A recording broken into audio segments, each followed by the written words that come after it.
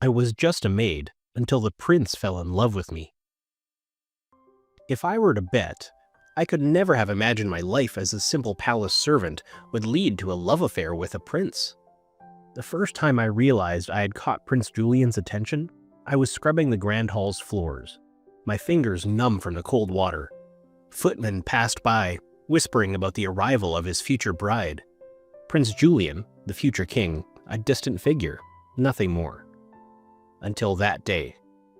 As I finished scrubbing, I changed the water and directed myself to the other room I was responsible for, only to pause behind a half-closed door at the sound of sharp words. "I have no interest in Lady Evelyn." Julian's voice was sharp, clipped. "I will not be pushed into marriage." A pause, then his father's voice, deep and unyielding. "A prince does not indulge in childish whims." I barely breathed, my back pressed against the stone wall. My hands clutched the bucket in my hands, my pulse hammering as I tried to convince myself I was invisible. Prince Julian exhaled sharply, his tone laced with something bitter. "I wonder then, what am I allowed to want?" he said harshly before leaving. I didn't dare move, didn't dare reveal myself, but as the heavy footsteps of the king faded, Julian's voice dropped to something lower, something I felt too much.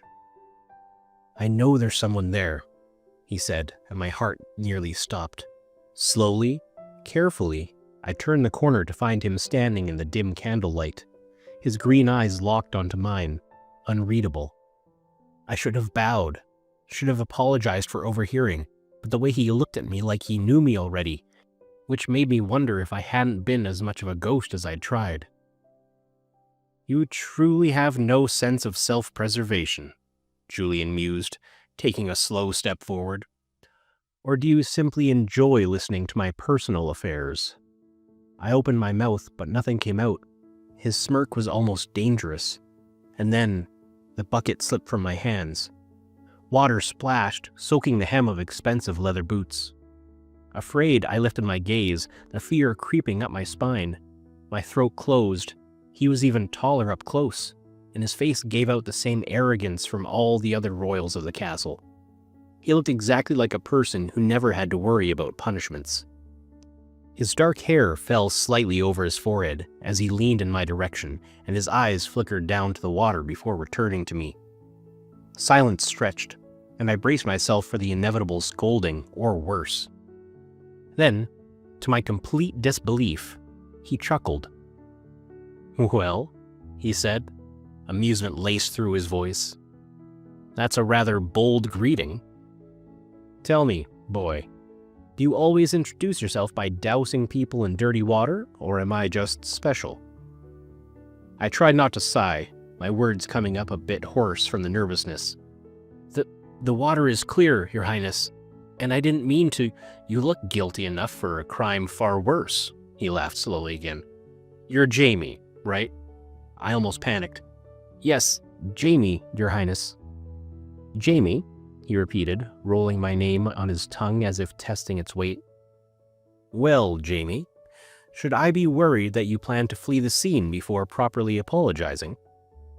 I took a step back and kneeled, my hands just before his soaked boots. The water drenched my clothes as I breathed hard. "Forgive me, Your Highness. I'll clean it up. I can even drink it if you'd like," I said with my head completely down. Julian let out a surprised laugh, the sound warm and unexpectedly genuine once more. "Drink it? Now that would be a first." He crouched slightly, and I felt the weight of his gaze pressing down on me. "Come on, Jamie. My boots aren't worth that much suffering." I swallowed hard, daring to lift my head slightly. His expression was relaxed, the earlier amusement still flickering in his eyes. "Stand up," he said, voice softer now. "I'd rather not have you drowning at my feet." I obeyed, tense. But Julian only glanced at his boots, then at my drenched clothes. "If you were aiming to make an impression," he mused, "you certainly succeeded." I stiffened. I didn't. "I know." His smirk lingered. "But since I'm already drenched, there's no point in scolding you." I blinked. This was unexpected. "Now, go fetch another bucket, Jamie." His smirk deepened. And try not to throw it at anyone this time, okay? Relief flooded me. Yes, Your Highness, I said quickly, nearly tripping over myself as I turned to run. As I hurried away, I swore I heard him chuckle again. 2 days later. I didn't think anything of it the first time Julian asked me to bring him tea. The second time, when he called for me specifically to adjust the clasp of his cloak before a royal meeting, I hesitated, but obeyed. By the third time, when he extended his hand with an amused side smile, "Would you mind, Jamie?" he murmured. My cufflinks seemed to be impossibly stubborn today. I knew something was wrong, because Prince Julian wasn't just making requests, he was finding reasons. And every single one placed me within arm's reach of him. Now, standing before the prince with careful fingers working at the silver fastenings on his sleeve, I was painfully aware of the silence between us, of the way he watched me, and not like a man waiting to be helped, but like a cat enjoying the way a bird trembled beneath its claws. I swallowed hard, keeping my gaze down, focused on the small, intricate clasps between my fingers. It should have been easy, just another task, another fleeting moment in my endless cycle of duties, and yet my hands weren't as steady as they should have been. Prince Julian shifted slightly, not enough to startle, but enough to close the space between us by a fraction. His scent, something clean and rich, threaded with the faintest trace of spice, drifted around me. I cleared my throat. "With all due respect, Your Highness," I muttered, hoping he wouldn't hear the unsteadiness in my voice. "This isn't a task for a mere servant. This is a proper task for your courtier." Julian hummed, low and thoughtful. "You're right," he mused. "And yet, you do it so well. Maybe I should change your position." I exhaled through my nose, pressing the final clasp into place. "It's done," I said quickly, stepping back before he could. His fingers brushed against my wrist. I froze. It was light, just a whisper of contact, a fleeting thing, but it lingered. Not an accident, not a passing graze, a deliberate touch. The air between us shifted, thickening with something I didn't have the luxury of naming. I stiffened, my pulse betraying me, hammering in my throat. Julian tilted his head, his smirk deepening as if he could hear it, as if he knew exactly how much restraint it took for me to remain still. "You're very tense, Jamie." I forced myself to swallow, to breathe. "I'm working, Your Highness."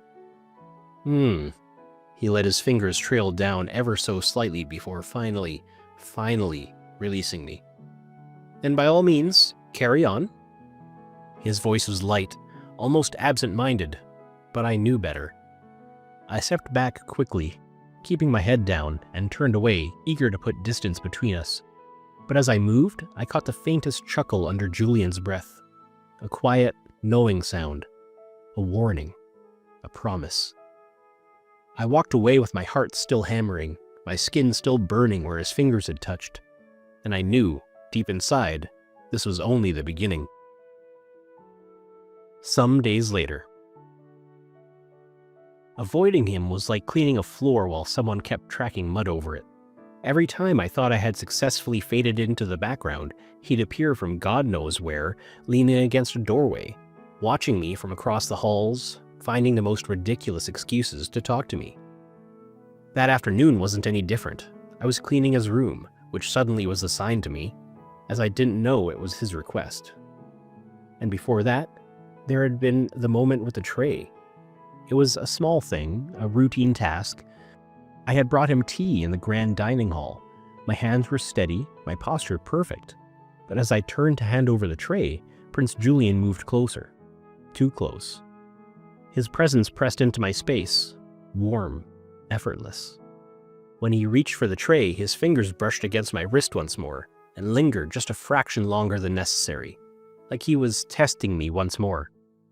I should have pulled back. I should have stiffened, recoiled. Instead, I just froze. The air between us shifted, something unspoken coiling tight. My pulse betrayed me, slamming against my ribs as if it, too, had been caught off guard. He exhaled, soft and amused. "Steady hands," he murmured, his tone a deliberate provocation. "I do admire that about you." I swallowed hard and forced my head down, pretending it hadn't happened. "Your tea, Your Highness." A beat of silence. Then, Julian took the tray with a smirk I could hear in his voice. "Ever the proper servant," he mused. "Tell me, Jamie, how much longer will you pretend you don't notice?" I said nothing. I couldn't. Julian chuckled as if satisfied with my silence and walked away. And I stood there, still feeling the ghost of his touch, still pretending it didn't make me want more. 4 days later. The palace had too many walls, too many rules, too many eyes. Even when I wasn't being watched, I felt observed, but out here, beneath the open sky, the air wasn't so stifling. Out here, while they all slept, I could just be. "Jamie?" My shoulders stiffened. I turned. Prince Julian stood a few feet away, dressed more casually than usual, which somehow made him look even more infuriatingly effortless. He smiled, low and deliberate. "Your Highness," I said, bowing.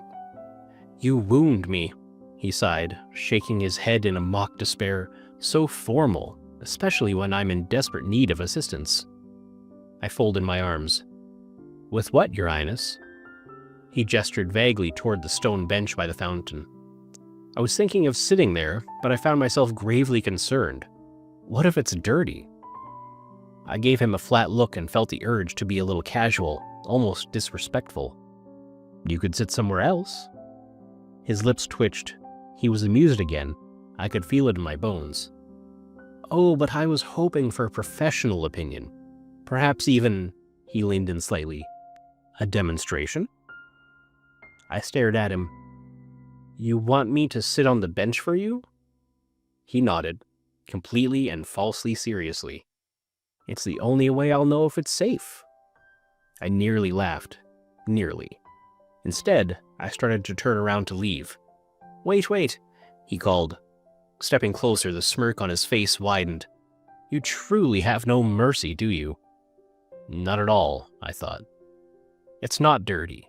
I saw it be clean just some hours ago." Prince Julian sighed dramatically then, so casually it made my stomach flip. He reached out and brushed his fingers against my sleeve. "Stay a moment, Jamie. It's a nice night, isn't it?" I should have pulled away. I should have walked off. Instead, I stood there, feeling the warmth of his touch through the fabric. "I suppose," I said carefully. His smile softened. "You're a difficult man to catch alone," he said. "Maybe because I don't want to be caught and punished for not doing my duties." That made him grin. Prince Julian tilted his head, his dark eyes gleaming with something unreadable. "Punished? Do I seem so cruel to you?" I hesitated. "I don't know what you seem like." He let out a quiet laugh, his fingers lingering against my sleeve before finally pulling away.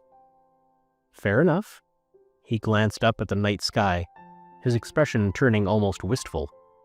"But for tonight, let's pretend I'm just a man enjoying the moonlight, not a prince meant to command." I swallowed, unsure how to respond. The way he spoke, so effortlessly, so unlike royalty, unsettled me. "You don't have that luxury," I said, voice barely above a whisper, feeling the urge to be bold once more. "A prince doesn't get to just pretend." He looked at me then, sharp and thoughtful, as if considering my words. "Maybe not.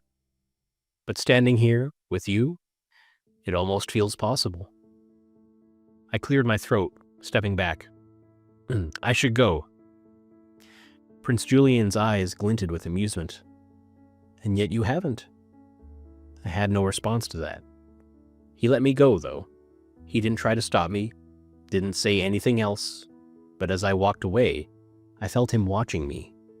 And worst of all, I knew I'd let him catch me again. The next week. The week dragged on, yet somehow Prince Julian was everywhere. A prince had no business lingering in the servants' wing, wandering into the kitchens, or most suspicious of all, getting lost near the library while I dusted the bookshelves. And yet, every time I turned around, there he was. "Jamie, you're not avoiding me, are you?" Julian asked one afternoon, draping himself over a chair as I tried to polish the silverware in peace. "I'm working, Your Highness," I replied stiffly. So diligent. I admire that about you." I ignored him, but he only chuckled, enjoying my frustration far too much. And so, the pursuit continued. It made my days stressful, frustrating, yet somehow, I didn't hate it. He teased, but there was kindness in him. And that made being around him good, just not good for my heart. That night, I was finishing my last task in the courtyard, the scent of jasmine thick in the cool air. Exhausted, I dipped the mop into the bucket. Footsteps. "You're relentless," I muttered without turning. Prince Julian, leaning against a pillar, smirked. "And you're terrible at hiding." I sighed, rubbing my face. "Your Highness, why are you here?" He stepped closer, too casually. "Shouldn't you be asleep?" "Some of us have actual work to do," I muttered. Julian hummed, then picked up my mop, twirling it lazily. "You know, I've spent years being told what to do, what to say. You're the first person who doesn't seem remotely interested in pleasing me." I stiffened. "You're mistaken." I hesitated. "I try to obey, but keep my pride. I've been hit too much." His expression darkened, the mop clattered to the ground. He stepped in, fingers tilting my chin up. "Who did it?" I laughed through my nose. "Countless men." Julian's eyes sharpened, his voice quieter now. "Countless men," he repeated. The night felt still, the air between us shifting. I looked away. "It's just me, my work, and trying not to what?" His voice was soft, teasing, but edged with something deeper. I blinked up at him, pulse racing. I should pull back, create space, but I couldn't. "You're not like them," I whispered. His lips quirked into something softer, something real. "You think so?" His fingers brushed my jaw, sending a shiver through me. "Glad you do." I opened my mouth to speak, to retreat, but the words died as he closed the gap. "Tell me to go," Julian murmured. I couldn't, and his lips met mine. Soft at first, testing, but the second they touched, something inside me snapped. I didn't pull away. I leaned in, caught in something dangerous. My heart slammed against my ribs. "This is forbidden, this is—" I tore myself away. Julian blinked, lips still parted, more exhilarated than offended. "Well," he murmured, tasting the moment. "That was interesting." I couldn't breathe, couldn't think, and he saw it. I knew he did. "Jamie." I stepped back, then again, and then I ran. Some days later. Avoiding Prince Julian was like trying to sweep dust from a storm. No matter how hard I tried, he found his way back to me, watching. But it wasn't like before. He wasn't just appearing in random places anymore. He was testing me. Every glance, every casual brush of his hand against mine, every hushed exchange when no one was looking, it was all deliberate. And worse, I felt myself reacting to it.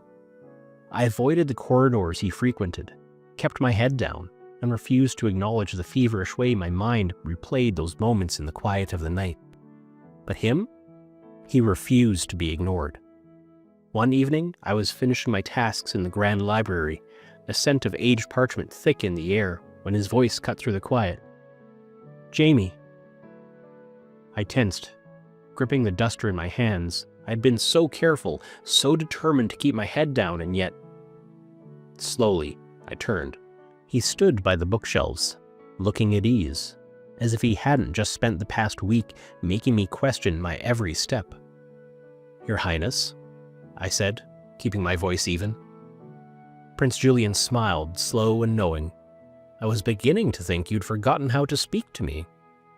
I've been busy, and yet you always seem to finish just as I arrive, almost as if you expect me." I swallowed hard. That would be quite a coincidence. His smirk deepened. Yes, a coincidence indeed. Before I could find a way to leave, he reached for a book, skimming its spine, though his body remained close. Too close. "You're tense," he murmured. "You don't have to be." "I think I do," I admitted, my voice betraying me. His gaze flickered over me, unreadable. Then, just as quickly, the teasing was back. "Come with me." I frowned. "Where?" "My chambers." "Your Highness, that would be in an order." His eyes darkened. "Or if you prefer, a request." Every warning in my mind told me to refuse, but my feet were already moving before I could think better of it. Inside Prince Julian's chambers, the air was thick with warmth, scented faintly with burning candles. The door shut with a soft click, and I was suddenly aware of how alone we were. He turned to a polished table, picked up a small music box, and twisted the key. A soft melody filled the room, delicate yet haunting. "Dance with me," he said. I blinked. "What?" "You heard me." He stepped closer. "You've spent enough time at court, and you must know how." "I'm a servant. I don't dance." "Then let me teach you." I shook my head, stepping back. "Your Highness, this is—" He closed the distance in one smooth motion, catching my hand before I could retreat further. "No one can see us here," he murmured. "No one will ever know." The music played softly, almost expectant, as his fingers laced mine, his other hand resting lightly at my waist. I stiffened, every nerve screaming at me to pull away, and yet I did not. "Relax," he whispered, his breath ghosting my cheek. "Just follow me." His movements were slow, measured. I forced myself to match his rhythm, though my pulse pounded so loudly I could barely hear the song. His gaze never left mine, and the moment stretched, shifting into something heavier. The press of his palm, the warmth of his touch. It was all too much. And yet, not enough. Not after I had tasted his lips before. "Jamie," he murmured, my name soft and unguarded on his lips. I swallowed hard. "Your Highness." "Say my name." My breath hitched. My name," he ordered again, and I felt wrapped in his web, cursed for life. "Julian." He moved then, not suddenly, not forcefully, just a shift, a tilt of his head. "I like the sound of it," he murmured, his lips brushing the corner of mine in a touch so fleeting I could have imagined it. But I didn't. It was real. His fingers tightened a silent question, a dare. For a reckless second, I almost leaned in, but reality slammed back into me. I stepped back too fast, nearly tripping. He caught me midway, and before I could flee, he kissed me again. At that moment, I tasted heaven. He was messing with my head, with my heart, and I couldn't fight it. And he knew it, too well. I kissed him back like a man condemned, throwing all my confusion away for those long, breathless seconds where I could pretend I was more than a servant. But as I lay in his arms, the night wind curling around us, I could no longer pretend. "Stop running away from me." "You'll get me killed," I whispered. "I won't. I'm the law, remember?" His arms tightened around me. "You make me feel alive, Jamie. Stop running, I beg of you." How could I refuse that? How could I pretend? How could I live ignoring how annoyingly amazing he was, and how, with him, I also felt alive? I said nothing, only sealed our lips once more before pulling away. This time he let me go. He turned to the table and poured himself a glass of wine. "I'll see you tomorrow, Jamie." Like we had just signed a secret contract. I left, anxious yet thrilled, my body burning where he had touched it. He was right. I wouldn't run anymore. 2 weeks later. I knew something was off before Prince Adrian entered the dining hall, and when Princess Lysandra followed, it only got worse. Their presence shifted the air, a reminder of the world I didn't belong to. A royal alliance, inevitable and untouchable. Julian's warmth vanished as his gaze flickered between them, something shifting in him. For weeks we had stolen moments in the halls, behind closed doors, under the cover of night. His kisses, his touch, the way he looked at me, none of it needed words. I never meant to fall for him, but I did. And now, with Adrian here, watching and calculating, I felt it all unraveling. Lysandra's presence only made it worse. I had overheard the kitchen whispers, a possible engagement. They were the future, unavoidable. And me? I was nothing more than a secret to be hidden, a moment to be forgotten. Julian's eyes kept seeking me out every so often, when he thought no one was looking. From my place against the wall, I felt Julian's eyes on me, lingering when he thought no one noticed, a silent echo of what we had, what we could never have. Days passed. I avoided him like a rabbit from a snake, but one day, as I cleaned the library once more, I was sure that place was cursed. Julian was there, reading, always too close. Then, Adrian's voice cut through the air, smooth, unbothered. "Julian, I didn't expect you to become so attached to your servant." I froze, my heart pounded. Lysandra didn't hesitate. "You're mistaken," she said coolly. "My fiancé is too honorable for such distractions." Adrian smirked. "Honorable? Then tell me, Julian, is it honor that makes you look at him the way you do?" Lysandra's gaze sharpened. "It's a simple friendship. Julian's heart belongs to the kingdom, and to me." Julian's voice was casual. Lysandra's right. But Adrian wasn't done. "Is it right to lie to your fiancé, Julian?" Lysandra's eyes flashed. "Julian owes no one an explanation. His duty is to his people, and me." She flickered a glance at me, a quiet reassurance that only burned. I kept my head down. Adrian chuckled darkly. "If you say so. But we should talk about the elephant in the room, and how badly he could damage our pretty prince's image." Lysandra rose, steady, unshaken. "Enough, Adrian." Her hand rested on Julian's shoulder.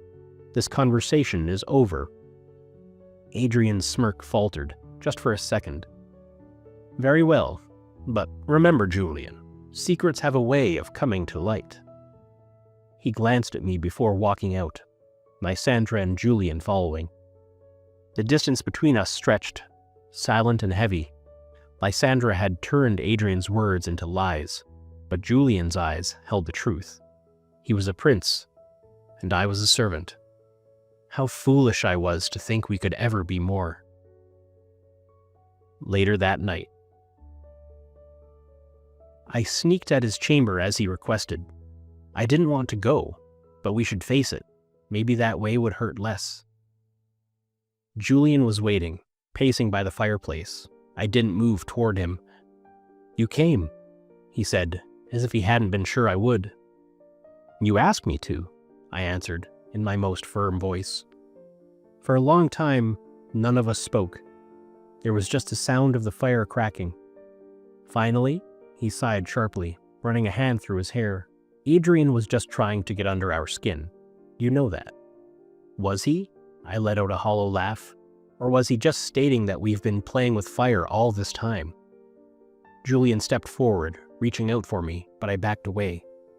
His expression twisted like I'd struck him. "You're marrying Lysandra." I forced the words out. "You're engaged. I'm beneath you, and that's it." "It's not that simple." "It is," I cut him off. "It is that simple. You're a prince, she's a princess. You belong to each other, to your kingdom, to your people. And me? I don't belong anywhere near you." Just as before, I dumped water on your feet. Julian grabbed my wrist before I could step back again, his grip firm but desperate. "Don't say that." I could sense my face being sad as I was inside. "It's the truth." Julian's expression darkened with frustration. It doesn't change anything. I shook my head. It does. You have obligations. His jaw clenched. And what about what I want? I didn't answer because it didn't matter. He tried touching my hands once more, and I faced him one last time. You'll marry her. You'll do what's expected of you. And I refuse to stand here waiting for scraps of something that will never be enough. Julian looked at me, something breaking in his eyes. Jamie. Goodbye, Julian. And then I left, before he could make me believe that was a chance. Half a week later, 5 days before the wedding. Julian was on the edge. Maybe not to everyone, but I saw it. His smiles barely reached his eyes. His voice lacked warmth, and even when he stood before the court, proud and poised, his hands clenched at his sides like he was barely holding himself together. And I hated it, because I was breaking too. I buried myself in work, but the ache stayed. I told myself I had done the right thing, but if that were true, why did it feel like I had torn out my own heart? I was stacking crates when a voice shattered my thoughts. You and Julian have been avoiding each other. I turned sharply. Lysandra stood there, hands folded neatly, watching me with something I couldn't quite place. I wiped my palms on my tunic. We're not, I said, and we're nothing for you to worry about, Your Highness. I think it is, she hummed, smiling. Follow me. We weaved through the halls in silence until she stopped before a door I'd never paid attention to. She pushed it open. Julian was there.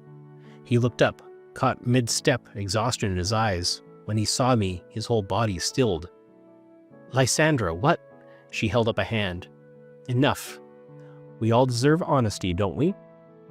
Julian's gaze flickered to me, but I was just as lost as he was. Lysandra exhaled slowly. I won't pretend I don't know what's been going on between you two. Julian tensed. I opened my mouth to deny it, but she continued before I could.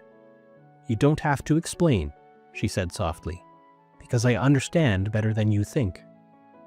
A strange silence stretched between us, then her voice rose, quieter now. There's someone I love too. My eyes widened. Julian's too.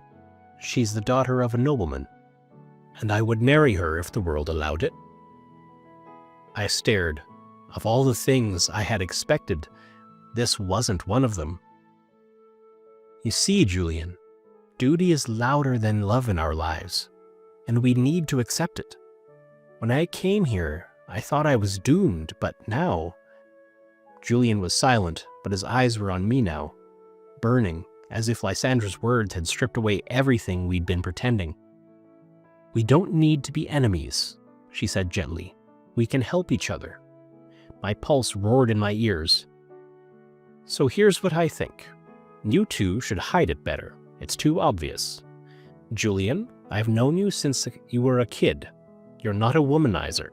But at least try to look in love with me, she smiled before turning to me. And you, don't be so mean to him, but keep him on his toes. She winked. I gave her half a smile, too mesmerized to say anything. A marriage of convenience, I whispered. Exactly. I won't bother you, and you don't bother me. I turned to Julian, searching his face for anything. He was already moving. Jamie, his voice was raw, desperate. Say something. I swallowed. What do you want me to say?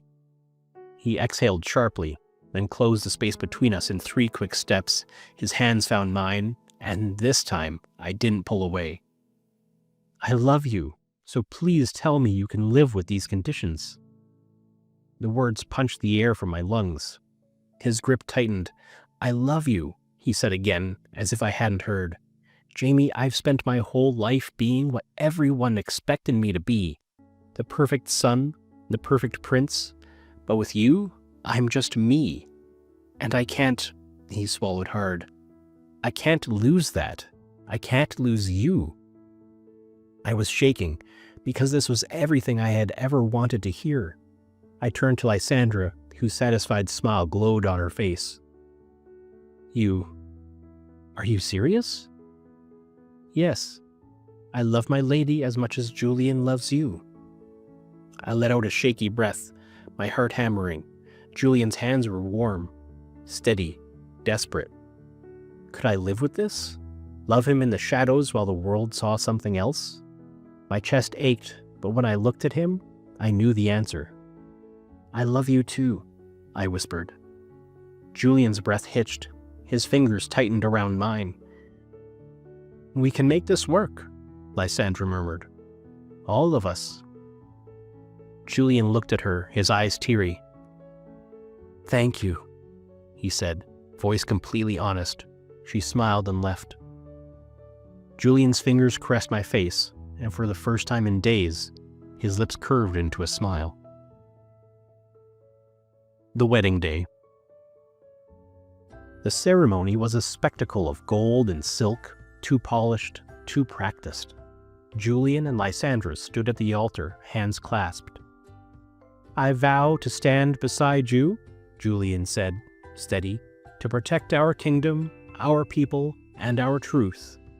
Lysandra smiled. And I vow to cherish and honor you, to build a future where we both can thrive. Their vows were careful, calculated, a contract, not a confession. Only the four of us knew the truth, and despite the bittersweetness, I was at ease. Julian kissed Lysandra's hand. His face was unreadable until his gaze found mine. Just for a moment, the world faded. His eyes held a promise. We would endure. We would survive. And as they danced, I slipped away to his chambers, waiting where we agreed. Later that night, the stars were indifferent to the choices made that day. The chill of the stone railing bit into my palms, grounding me as I stared into the darkened horizon. I heard him before I saw him, the shift of fabric, the slow, careful steps. Then Julian was beside me, his warmth curling into the night air.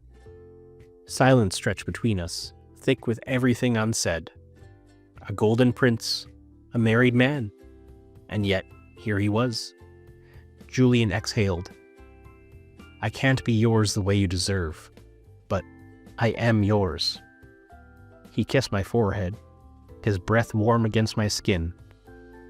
Heart and soul, I closed my eyes, and I'm yours. Beneath the endless sky, we made our own vow, hidden, but never lost. 1 year later. The palace had changed. Better, we had.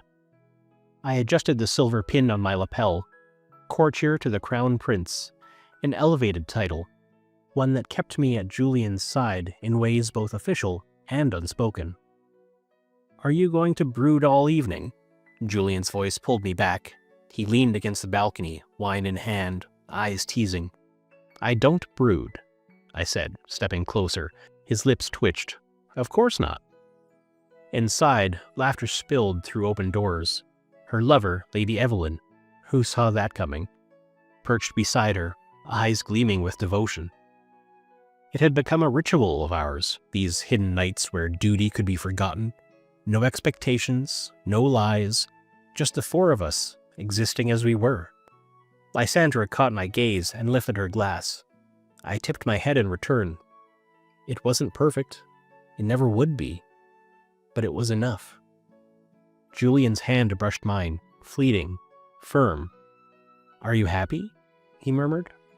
I turned to him, taking in his quiet ease, the way his fingers lingered just long enough.